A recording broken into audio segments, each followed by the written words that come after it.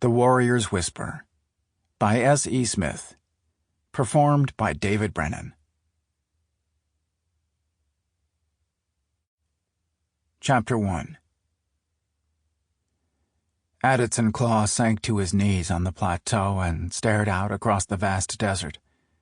The sticky dampness of blood made the velvet shirt he was wearing cling to his skin.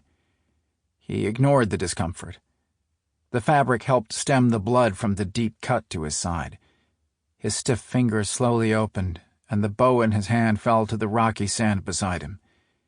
His gaze beheld the beautiful mountains, and for a brief second he almost forgot how much pain he was in. Shadows crossed over the mountains, causing the reddish rocks to look even darker than they were.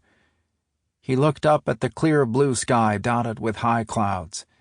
A wry smile curved his lips when he saw the remains of a contrail.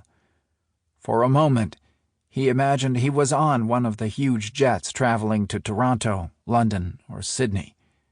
That was where he belonged.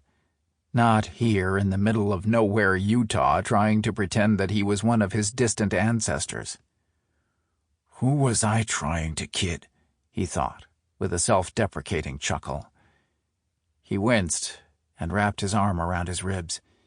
He was pretty sure he had cracked a few during his fall. The pain made his head spin. He bowed his head and released a shallow, shuddering breath. If he were lucky, George, his executive secretary, would send out a search party for him. In 2 or 3 days. All of this was his fault.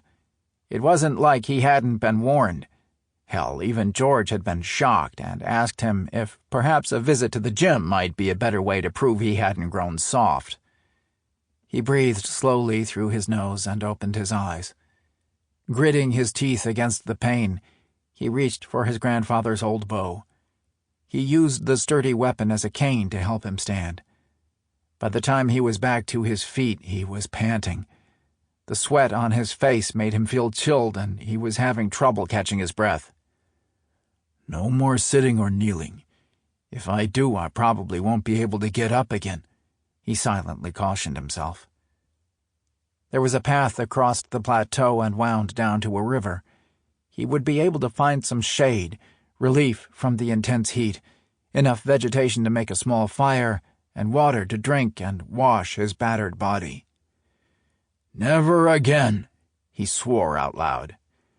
It was amazing how speaking something out loud seemed to give him a bit more strength, even if he was talking to himself. Sample complete. Ready to continue?